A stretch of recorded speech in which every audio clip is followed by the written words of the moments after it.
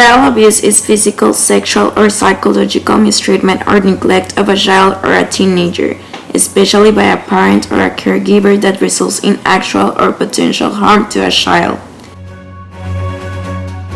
In this interview, we are going to ask questions to Ana Carolina Marquez, who is 19 years old. Hello, my name is Angelica. Do you speak English? Yes. Can I make you some questions about child abuse? Sure.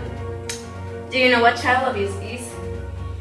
I think that child abuse is any kind of damage that you can cause to a child.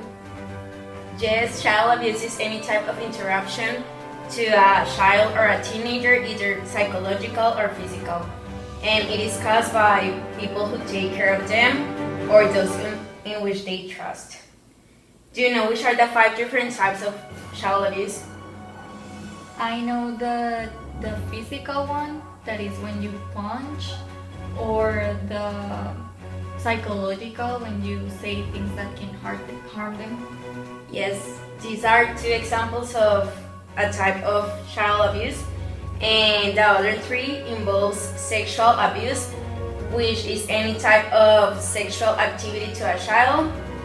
And negligent treatment is when you treat them with disrespect, like you not give them the basic standards of food or security or something that they really need.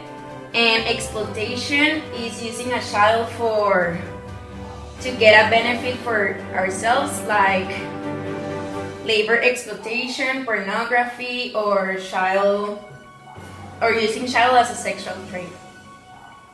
Do you know which are the consequences that child abuse have in a child's or teenager's life, and why does it affect so much? Well, the consequences can be permanent, like depression, or they become insecure, and of course they can be trauma for the rest of their life. Yes, it also affects brain development and their immunological system. It can also limit their social and emotional life. They